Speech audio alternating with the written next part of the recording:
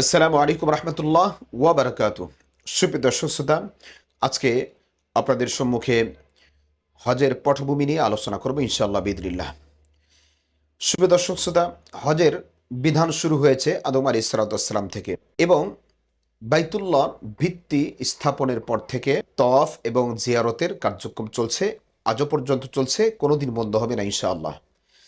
বিভিন্ন সময় বহুবার বাইতুল্লাহর ভিত্তি বিধ্বস্ত হয়ে পড়ে, এরপরে আবার পুনরায় নির্মাণ করা হয়।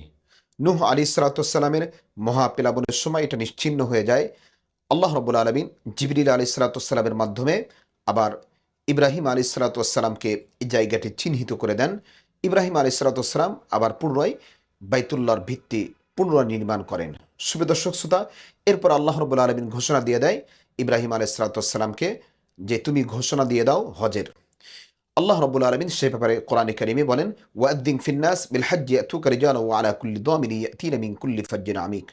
আল্লাহ রাব্বুল আলামিন বলেন, লোক সমাজে তুমি হজের ঘোষণা দিয়ে দাও, তারা যেন পায়ে হেঁটে অথবা দুর্বল বাহনে করে দূর দূরান্ত থেকে এসে তারা হজ আদায় করে।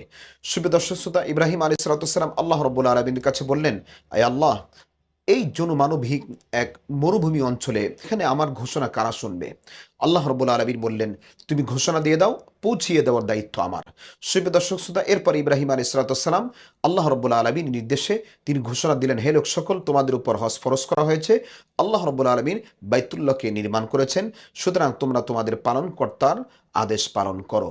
সুপ্রিয় দর্শক শ্রোতা, তাফসির ইবনে কাসিরের ভিতরে আসছে, ইব্রাহিম আলাইহিস সালামের ঘোষণার পর আল্লাহ রাব্বুল আলামিন আকাশে, বাতাসে, ইথারে, পাথারে এবং পাহাড়ের প্রান্তরে আল্লাহ রাব্বুল আলামিন সর্বত্রে এই আওয়াজ ছড়িয়ে দেন। তদানীন্তন পৃথিবীতে যারা বেঁচে ছিলেন তাদের কানেও এটি পৌঁছে যায়, এবং যারা মায়ের গর্ভে ছিলেন তাদের কানেও পৌঁছে যায়, এবং যারা রুহের জগতে ছিলেন তাদের কাছেও পৌঁছে যায়। যারা একবার লাব্বাইক বলে সাড়া দিয়েছে তারা একবার আরাফার ময়দানে উপস্থিত হয়ে হজ পালন করার সুযোগ পাবে। যারা দুইবার এটার ডাকে সাড়া দিয়েছে তারা দুইবার হজ ব্রত পালন করার সুযোগ পাবে। যারা 10 বার, তারা 10 বার আরাফার ময়দানে গিয়ে হজ ব্রত পালন করার সুযোগ পাবে। যারা 20 বার সাড়া দিয়েছে তারা 20 বার পাবে, এমনটি তাফসিরে ইবনে কাসিরের ভিতরে আসছে। এজন্য আসুন, হজ যাদের উপর ফরজ হয়েছে তাদের জন্য উচিত কাল বিলম্ব না করে হজ আদায় করা, কারণ হজের অনেক বড় ফজিলত রয়েছে। আল্লাহর হাবিব সাল্লাল্লাহু আলাইহি সাল্লাম বলেন, আল হজ্জুল মাবরুর লাইসা লাহু জাযাউন ইল্লাল জান্নাহ। আল্লাহর হাবিব সাল্লাল্লাহু আলাইহি সাল্লাম বলেন, যদি কোনো ব্যক্তি হজ্জে মাবরুর পেয়ে যায় তাহলে তার বিনিময়ে শুধুমাত্র জান্নাত।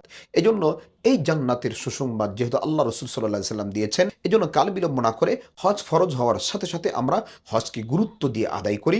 আল্লাহ রাব্বুল আলামিন আমাদেরকে বুঝে আমল করার তৌফিক দান করুক। এ বলে আজকের আলোচনা শেষ করছি। আসসালামু আলাইকুম রহমতুল্লাহ ওয়া বারাকাতুহু।